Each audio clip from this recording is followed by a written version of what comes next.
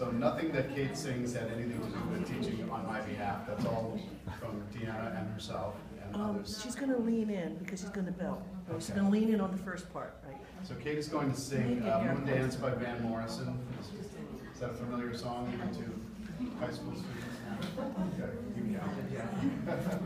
I'm told that this is supposedly Van Morrison's most performed song of all time. Do you know, by the way, Van Morrison, do you know where he is from? Ireland. Not Ireland. We just suck it up now. You're trying to say Cincinnati because that's where I'm from. No, he's from Ireland. This is Irish jazz right here. So Kate, take it away.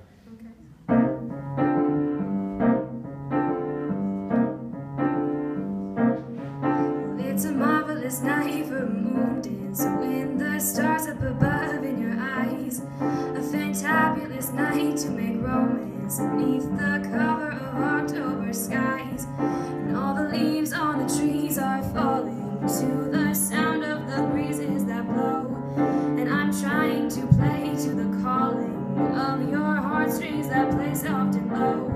You know